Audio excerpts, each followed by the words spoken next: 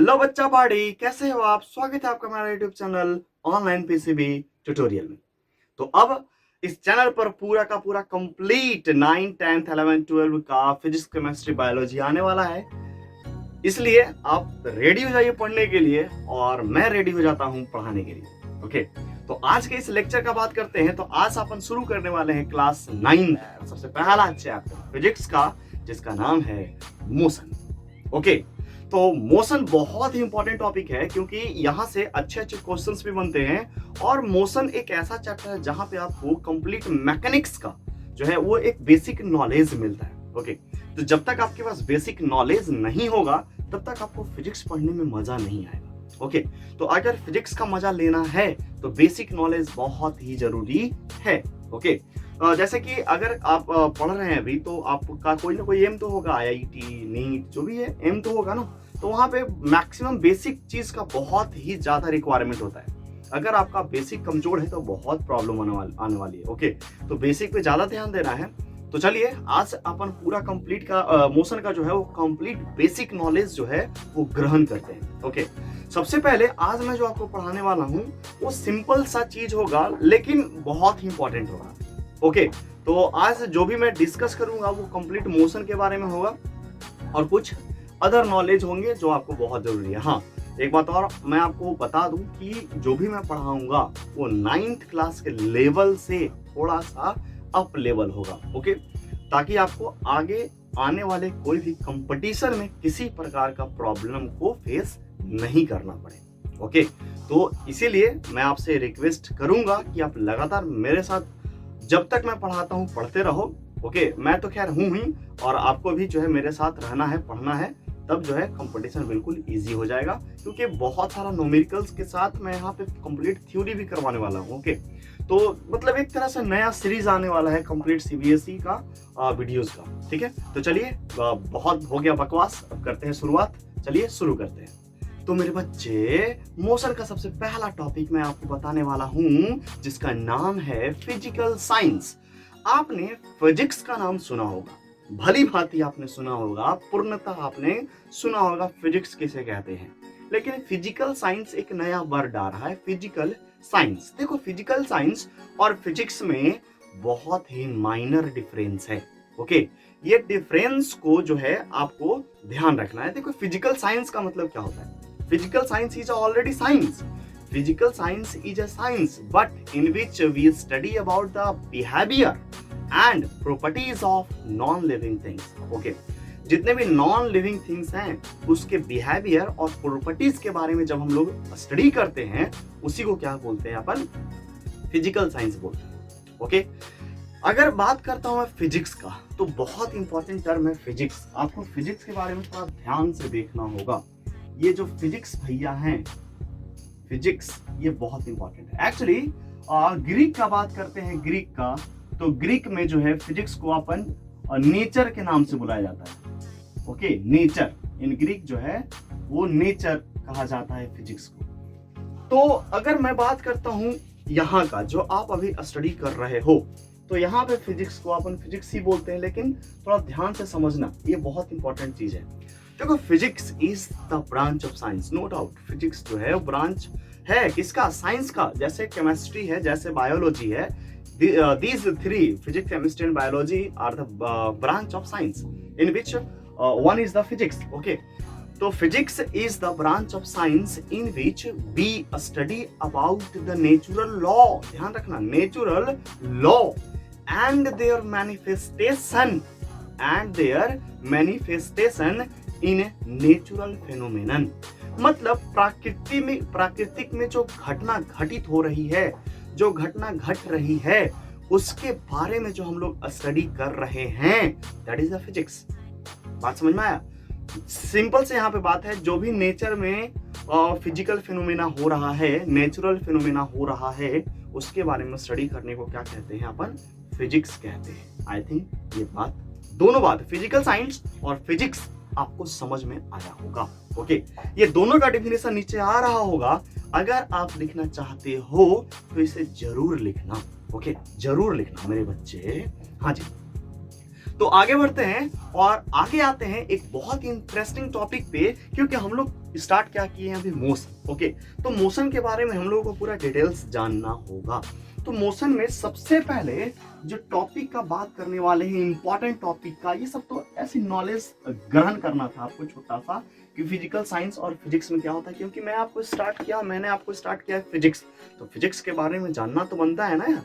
हाँ जी, तो अब जो मैं आपको बताने वाला हूँ वो है सबसे important topic, that is the mechanics. Okay, mechanics, आपने नाम सुना होगा मैकेनिक्स का। Okay, this is the oldest branch of the physics. बहुत इंपॉर्टेंट पॉइंट है ये, mechanics is the oldest branch of physics. आपको याद रखना होगा, बहुत इंपॉर्टेंट है। अब ये मैकेनिक्स है क्या? देखो, अगर मैं आपको सिंपल से देहाती भाषा में मैकेनिक्स का बात करूं, ओके, तो मैं आपको एक बात बताता हूं। जैसे आप 11th में जाओगे, ओके, तो 11th में कंप्लीट फुल्ली 11th लगभग 75 to 80% आपको मैकेनिक्स पढ़ाया जाएगा। मैकेनिक्स के अंदर ही मैक्सिमम चैप्टर कवर हो जाएंगे। बात समझे? Maximum chapter cover in the mechanics branch in the standard 11th standard. याद रखिएगा, इसलिए मैकेनिक्स को समझना बहुत जरूरी है, क्योंकि आगे आपको ये सब वर्ड सारे के सारे चीज मिलने वाले हैं। ओके, तो ये मैकेनिक्स है क्या? देखो, mechanics is the branch of physics. Okay, क्योंकि अभी हम बताए physics is the branch of science, तो ये मैकेनिक्स जो है ना वो फिजिक्स का ब्रांच है। आपको ये बात याद रखना होगा, जिसके अंतर्गत इसके अंदर हम लोग जो है वो पढ़ेंगे मोशन के बारे में, ओके, फोर्स के बारे में, लॉज ऑफ मोशन के बारे में, काउज ऑफ मोशन के बारे में, मतलब all over the thing of the force. Motion कैसे हो रहा है, फोर्स कैसे लगेगा, ओके, सारा का सारा चीज, motion and force, laws of motion जो भी है वो सब यहाँ पे अपन पढ़ने वाले हैं। किसके अंतर्गत? मैकेनिक्स के अंतर्गत। बहुत ही इंपॉर्टेंट टॉपिक है मैकेनिक्स। ओके, और जनरली अगर मैं मैकेनिक्स का बात करूं तो मैकेनिक्स जो है वो 3 डिफरेंट और इंपॉर्टेंट ब्रांचों से मिलकर बना है एक कंप्लीट मैकेनिक्स। ओके, जो कि बहुत इंपॉर्टेंट है। तो ये मैकेनिक्स जो है ना वो अकेला नहीं है, इसमें भी कई सब ब्रांचेस हैं, और वो ब्रांचेस का जो नाम है वो सबसे पहला है आपका, और जो अभी मैं आपको पढ़ाऊंगा वो है काइनेमेटिक्स।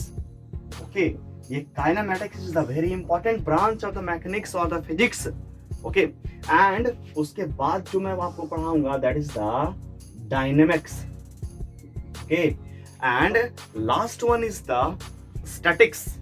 आपने नाम सुना होगा कभी स्टैटिक्स का, but it is the note statics of the math. Okay, static जो है वो कहाँ का है? मैकेनिक्स का, फिजिक्स का एक टॉपिक है, एक सब टॉपिक है मैकेनिक्स का, याद रखना होगा। अब यहाँ पे सवाल बनता है कि सर मैकेनिक्स तो समझ गए कि मैकेनिक्स के अंदर अपन पढ़ेंगे फोर्स के बारे में, मोशन के बारे में, लॉज ऑफ मोशन के बारे में, लॉज ऑफ फर्स्ट फोर्स के बारे में, okay, circular motion, rotatory motion, जितना तरह का मोशन है सब इसी के अंदर आ जाएगा मेरे भाई।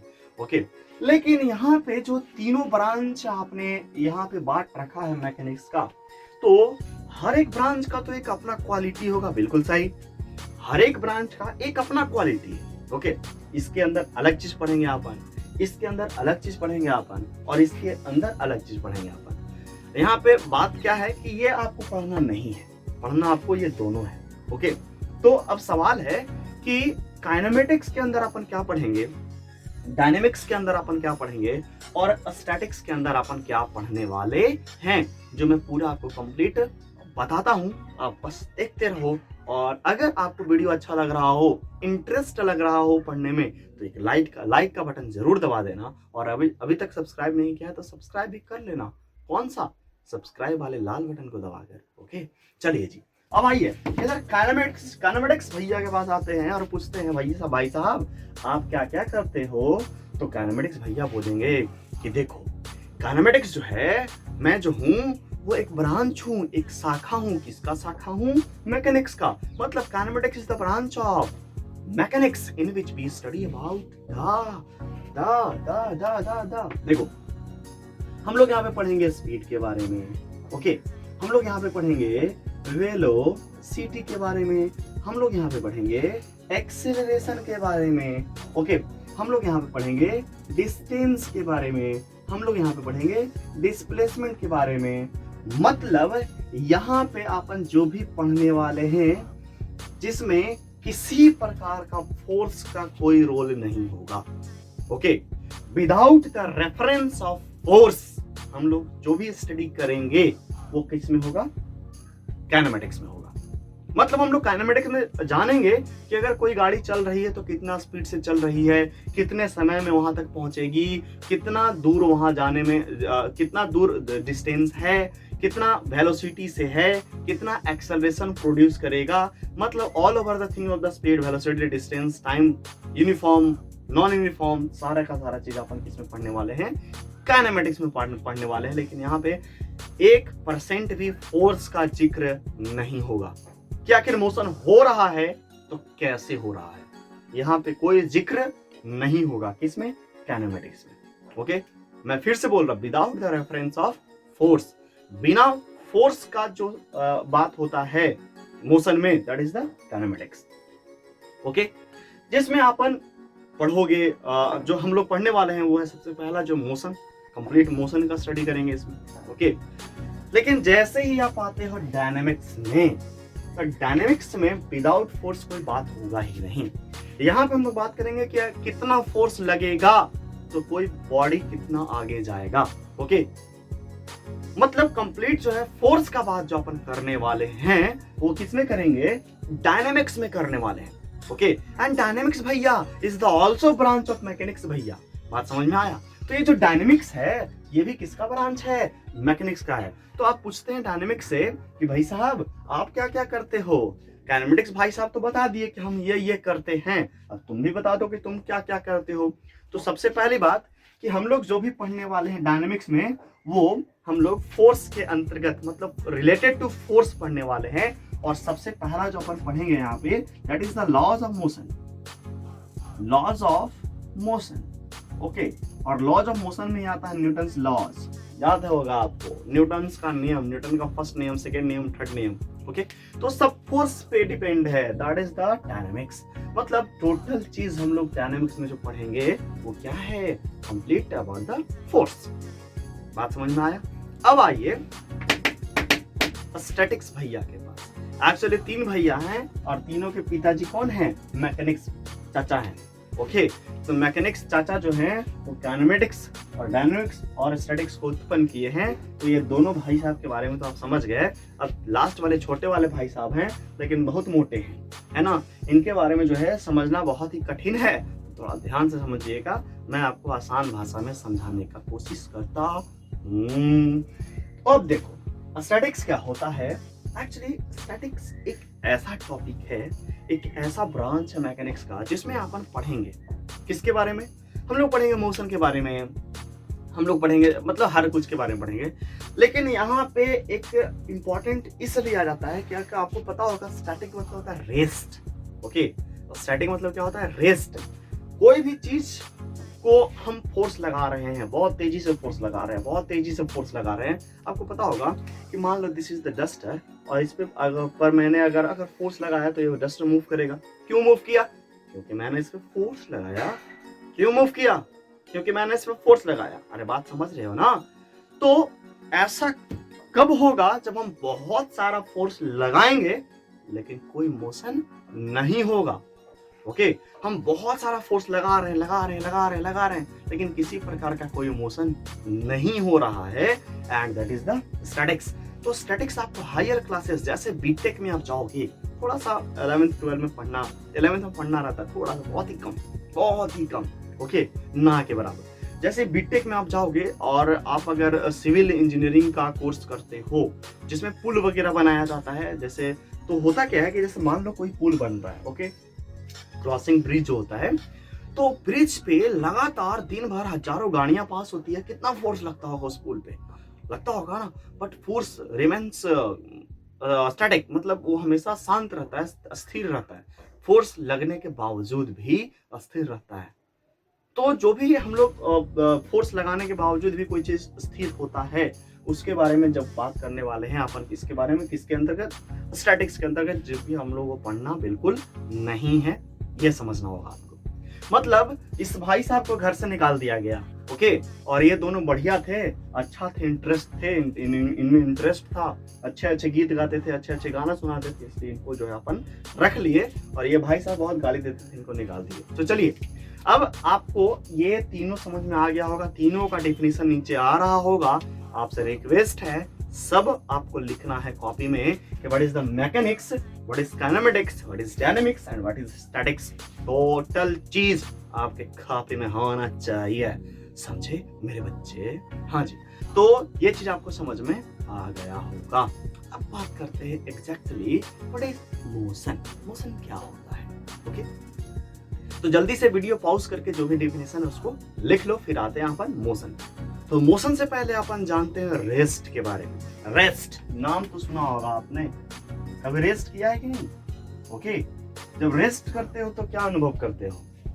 जब रेस्ट करते हो आप तो क्या अनुभव करते होगे? अनुभव यही करते होगे कि मैं बैठा हूं और मेरे सामने वाला आदमी चल रहा है, ओके, गाड़ी गुजर रही है, समय भी गुजर रहा है। मतलब आप तो रेस्ट में हो, आप तो बैठे हुए हो, लेकिन दो चीज नहीं रुका हुआ है, एक सराउंडिंग और दूसरा टाइम। ओके, तो जब सराउंडिंग और टाइम के रिस्पेक्ट में कोई बॉडी जो है वो रेस्ट पर रहता है, कोई ऑब्जेक्ट जब रेस्ट पर रहता है, that is the rest state. Okay, तो रेस्ट स्टेट का मतलब क्या होता है? जब सराउंडिंग एंड टाइम के रिस्पेक्ट में कोई भी चीज अगर रेस्ट पर है, कोई भी चीज अगर रेस्ट पर है, तो that is the state of rest. बात समझ में आया?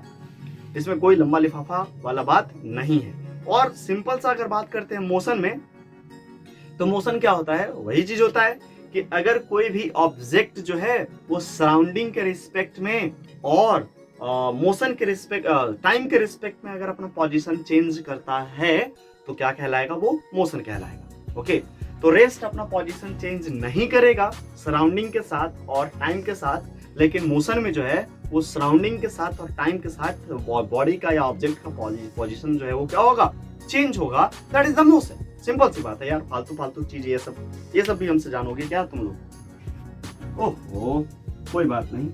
अब देखते हैं आगे और समझते हैं एक बहुत ही इंपॉर्टेंट पॉइंट जो कि नोट है। ओके, आप कॉपी में नोट डालना और इसे लिख लेना नोट में। देखो क्या है सो, अगर मैं बात करता हूं रेस्ट का एंड मोशन का, तो rest and motion are relative term. Relative मतलब समझते हो क्या होता है? रिलेटिव होता है। रिलेटिव कहने का मतलब कोई भी बॉडी, ध्यान से सुनना जो मैं बोल रहा हूं, कोई भी बॉडी अगर रेस्ट है तो उसके रिस्पेक्ट में दूसरा बॉडी मोशन में होगा।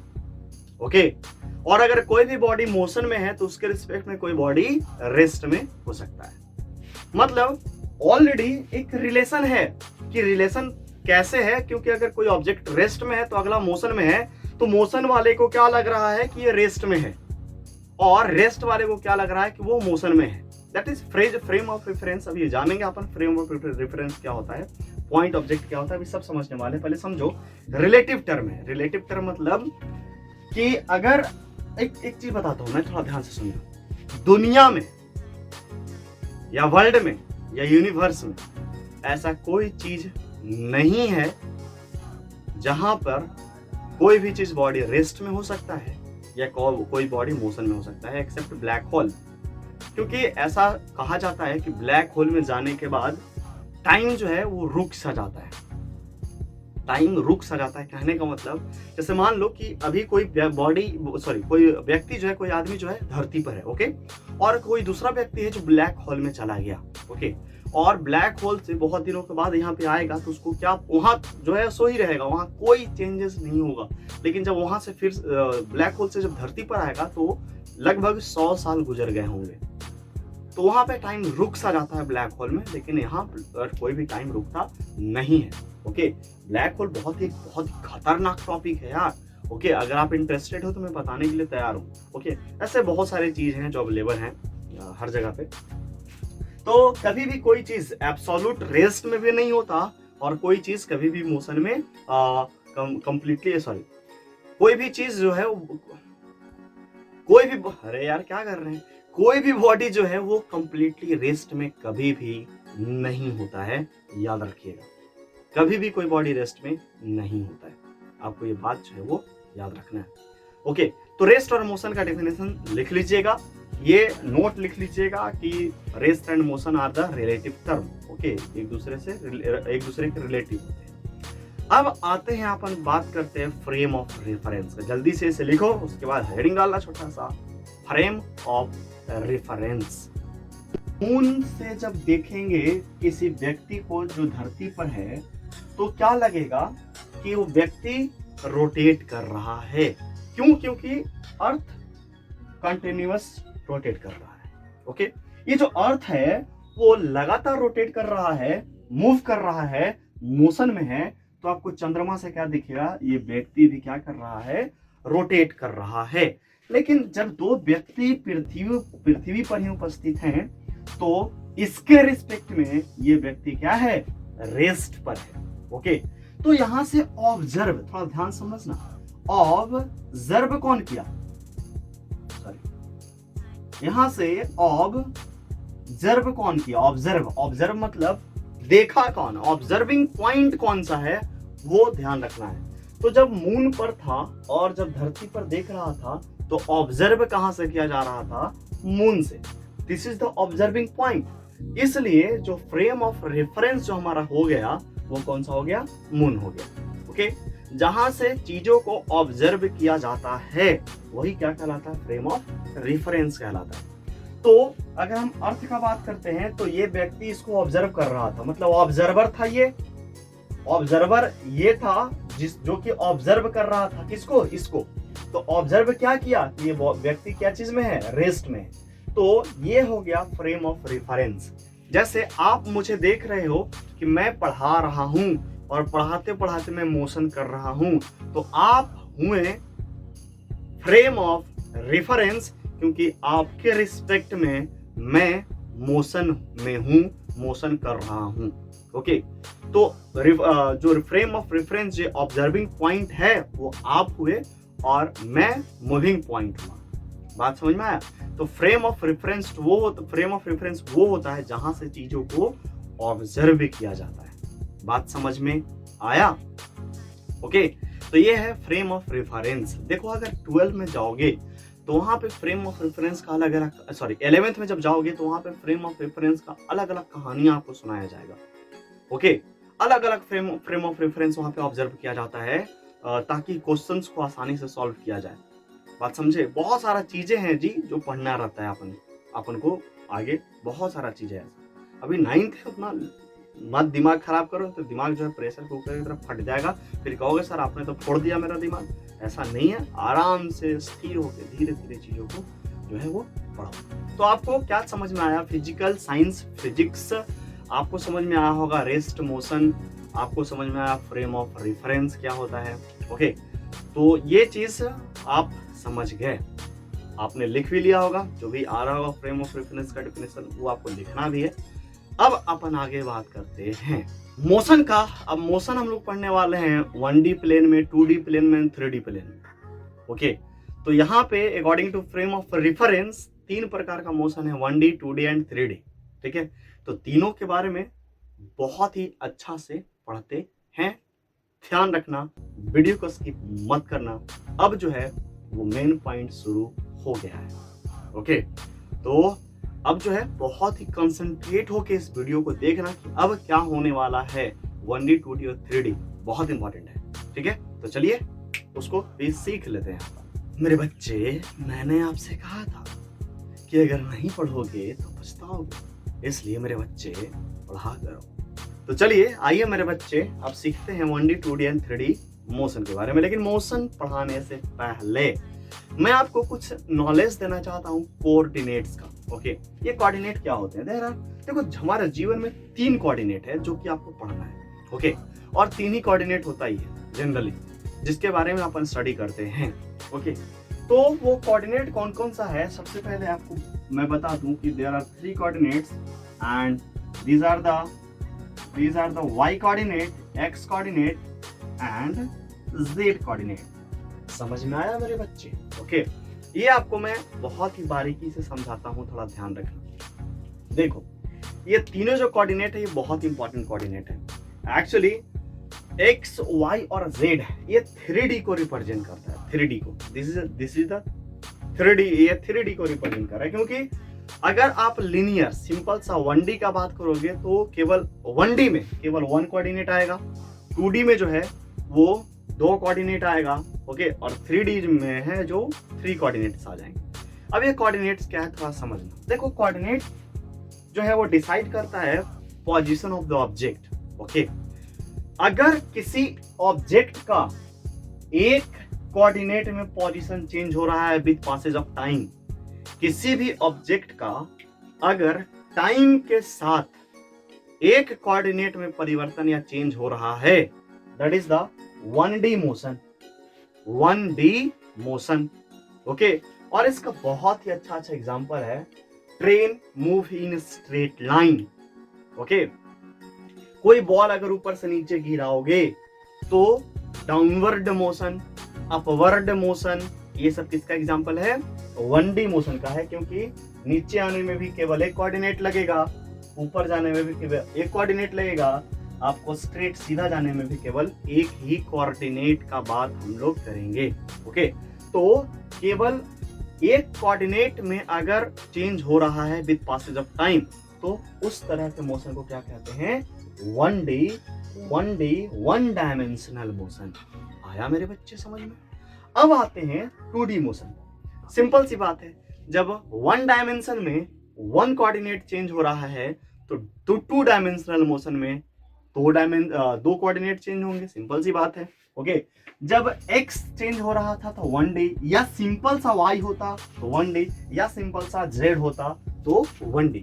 लेकिन यहाँ पे अगर x और y, अगर x और y चेंज हो गया, ओके, अगर y एंड z चेंज हो गया और अगर z एंड x चेंज हो गया तो ये क्या हो जाएगा? 2D मोशन हो जाएगा। 2D क्योंकि दोनों कंपोनेंट जो है वो टाइम के रिस्पेक्ट में क्या हो रहा है? चेंज हो रहा है। तो ऐसे मोशन को अपन क्या कहेंगे? 2D मोशन कहेंगे। और इसका एग्जांपल भी शानदार है, जैसे कोई फील्ड पे आप बॉल फेंकते हो, ओके, तो यहाँ बच्चा खड़ा है, यहाँ से बॉल फेंका तो दूसरे के हाथ में गेंद गया, तो बताओ ये 2D मोशन कर रहा है, 2D मोशन कर रहा है, बात समझे? ओके, आपने देखा होगा पानी का धारा का बहना, जो पानी बहता है, दैट इज 2D मोशन। ऐसे बहुत सारे एग्जांपल्स हैं जो आपको यहाँ पे दिख रहे होंगे। लेकिन अगर मैं 3D का बात करता हूँ, 3 डायमेंशनल मोशन का, तो वहां पे x, y और z ये तीनों का पोजीशन जो है with respect to time change होगा।